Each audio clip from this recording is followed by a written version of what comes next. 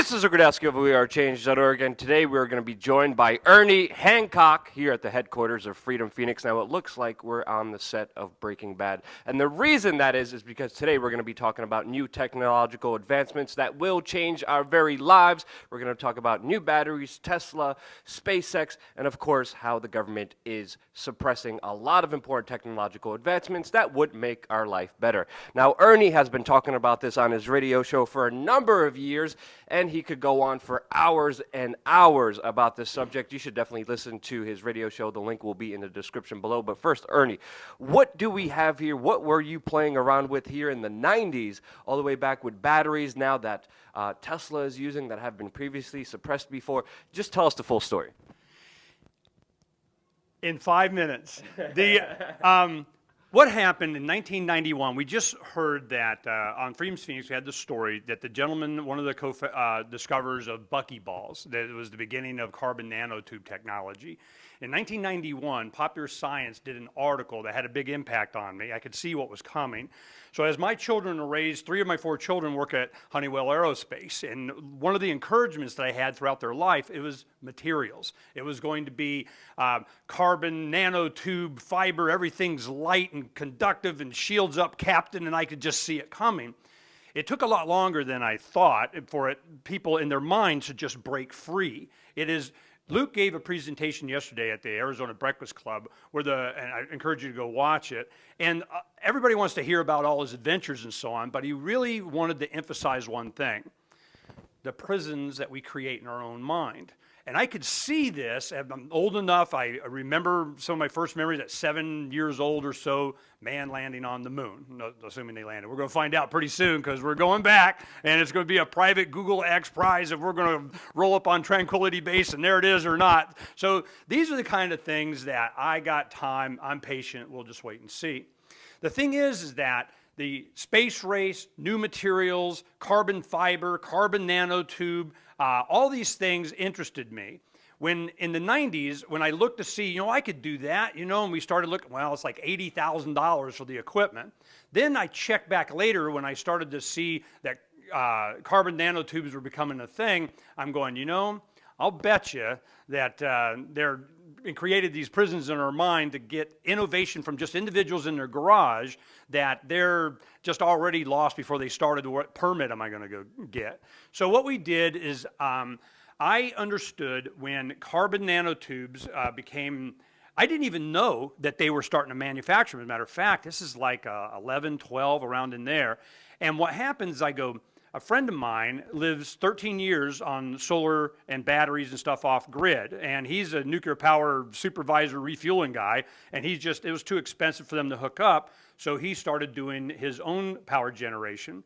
When solar panels were like $8 a watt, now they're down to like 50 cents a watt. So this is really becoming a thing, but it's the battery storage.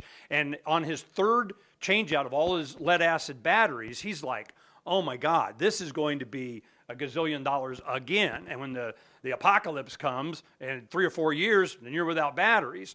So he found out, and I remember when it was when we took the Money Dome to Pork Fest, and we took the Money Lith and all this stuff.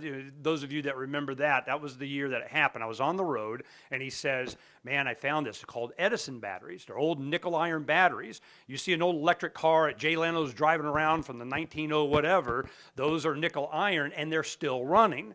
So he goes, I want those. Well, come to find out, Exide, lead-acid battery manufacturer, bought up the last manufacturers of nickel iron and shut down the factory. So we're going, of course they did. So we were looking around. He found a manufacturer of new batteries in China that they were starting to distribute them out of LA. So he got them a few years ago, and they've been working great. And they'll last, you will them to your kids. So we were wondering, I'm going, as we were talking and we're driving in the car on that trip, I'm going, I'll bet you that if you did nickel iron batteries and you used as a substrate carbon nanotubes that gives you enormous surface area, you'd be able to charge and discharge fast. I just wanted to try.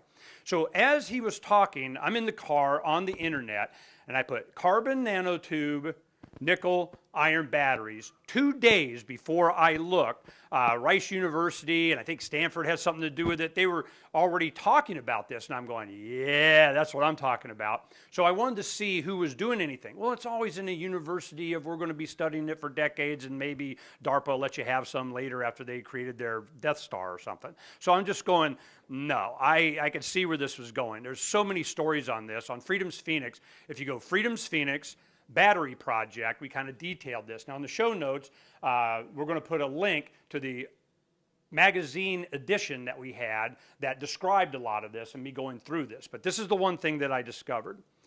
All I wanted to do, here I'll just show you real quick. All we want to do, we take acetylene, which is C2H2, and at about 800 degrees Celsius in a tube furnace over here, the carbon atoms separate, and then we could do what we want on a catalyst to grow, whatever, it doesn't matter. The point is that I go, all right, we can do this.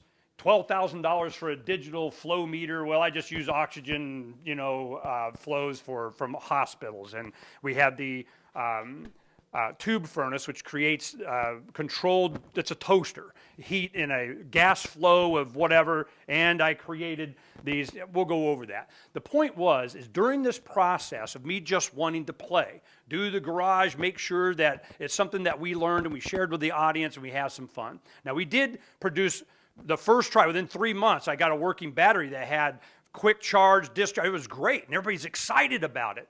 I was more concerned. I didn't want to have to manufacture or do it.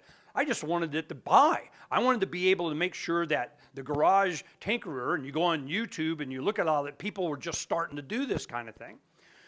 The problem is that even for me to get, glassware, just to get, flasks and beakers and, some of the testing equipment and, test tubes and so on was very difficult. And I go, what is the problem? The reason is that because of meth labs and so on, whenever they do a raid, they'd find a flask, and if they found an invoice for some manufacturer or distributor of this lab equipment, then all of a sudden DEA comes in, they say, hello, we want all your invoices to everybody that ever ordered anything. We want to find Breaking Bad, okay? Well, what that did, they wouldn't send lab equipment, like just glassware, like you get at a high school or something. They wouldn't send it unless you had a manufacturing business address of whatever, because they were afraid of the government, the DEA coming in wanting all their stuff. So I'm going, really? So that we chronicled that in the battery project category on Freedom's Phoenix of how difficult it was to get this. Well, finally somebody got to me. There was a homeschool place that supplied homeschooling with this kind of stuff, and we were able to get that. A lot of the chemicals I need, just powdered cobalt or, iron this and, hydrochloric, whatever the heck. I mean, there's all kinds of things. I'm getting it from Eastern Europe, Estonia. I mean, people, they go, yeah, we have this stuff in buckets, sitting in the back of the whatever. So I started to just demonstrate how difficult it was for the garage tinkerer just to come up with something that's going to change the planet. I give you like Apple Computer or whatever the heck, Thomas Edison, working in the lab. This kind of stuff is heavily surveilled, and I'm wondering why. It's a prison that we have in our own minds. So I'm going, look, we'll do this to make sure that we satisfy our curiosity and learn something and we get a working prototype. But it was way more to me the suppression of innovation. So as we went through this, we can go in all the details in the lab and different things, and you just go to the link in the page and you'll get a lot better understanding of what I can do now. But I had to build the hood so that the vapors would go out so that we didn't die. And then the actual construction of the battery itself and the components that we did and the testing equipment and the load test and all. So that really didn't take that long. What happened, what I really needed, this was it right here. It's the catalyst. I spent more time on getting this catalyst than anything else. But it was all original tinkering. And the thing that I saw more than anything else is there's hurdles. They put physical hurdles and mental hurdles into, and guys like Luke and me and stuff, we just plow through those hurdles. But, you want to be an inspiration to everyone else. So what I do is I put on my lab coat, I get on my Doc Brown, wig or something, and we have homeschool kids would come in, and I would show them just to inspire them. And, of course, my grandchildren, they're starting to they just think this is normal. Well, of course you have a lab. Grandpa does, This is the point that I was trying to make. So I haven't been in the lab for over a year, and we just cleaned it up a little bit, so it looked like I was doing something. But and we learned how to do plating. We learned how to do a lot of things. But one thing that I wanted to do is I went to like Khan Academy, and we got the light back there. I went to Khan Academy, and I wanted to understand the fundamentals of electricity. And come to find out, they don't know. It's amazing how much they don't know. Well, we know how to make electrons, electricity, but we don't really know where it comes from or what it does. Really? Okay. So this whole thing, I encourage you to go see the link and kind of walk through what we had done, but it was way more than any new technology or innovation. That wasn't the point. I could see that they were suppressing technology in our minds. It's too big for the guy in the garage to do. It's too much for you to understand. You don't want to be able to do it. There'd be competition, and what about intellectual property, and how are you going to patent it, and on and on and on.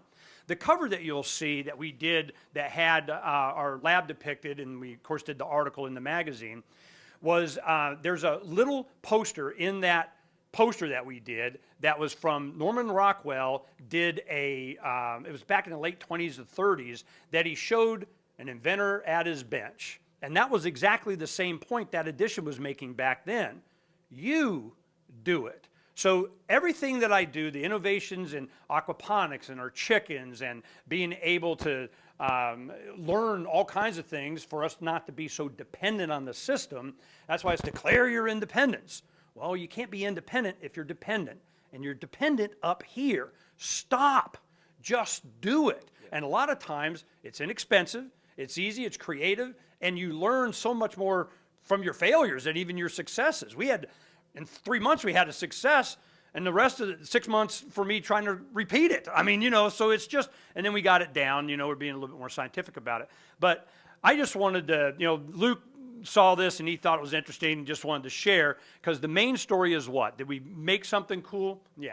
Are they doing it now? Yeah, they're doing more. We're learning more things from a lot of companies that are doing stuff.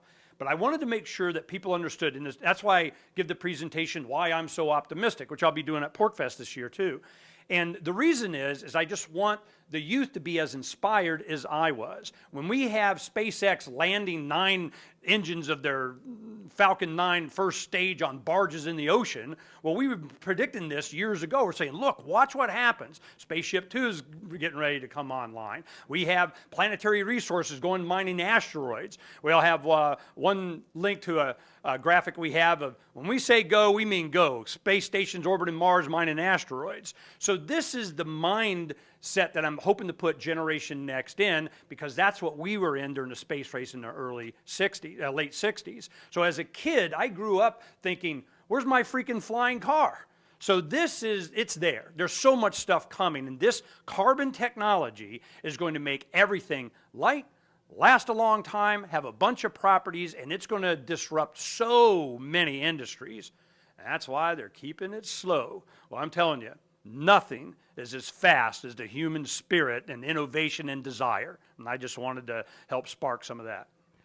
Very well put. This is what happens when you give a radio talk show host just a microphone to talk all the time. You answered pretty much all of my questions, but let me just ask one more, because in short, you were able to not only just play around with this new kind of advancing battery in here, but you were able to make it work. You were able to have a working model of this, and you were also fighting something called the patent monster, because as you told me before, the government was trying to patent it as well, which would have stopped anyone even from innovating all of this, which it is innovating right now when it comes to all the new batteries that are being used right now. Can you talk about not only, did you just describe all the hardships with innovating all of this stuff on your own, but also the other kind of secretive kind of weapon the government has, and that's patenting and closing off all these different advances that are happening? Well, we saw, it was interesting, a friend of mine was at a gun show, and they called it rhino hide or something. It was carbon nanotube infused bulletproof vest, and and it was the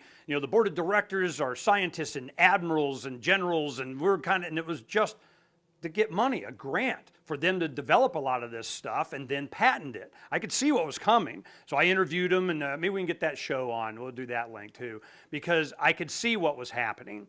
this type of innovation, so if at a fundamental level they think they can patent the use of carbon, I'm going, oh, no, no, no, no. And I knew they were just lying, because the production of the carbon nanotubes, single wall, multi-wall, they were sprinkling it on some Kevlar and say, look, it improved ballistics and we should get the grant to go ahead and develop this stuff and then you can't have it, kind of thing.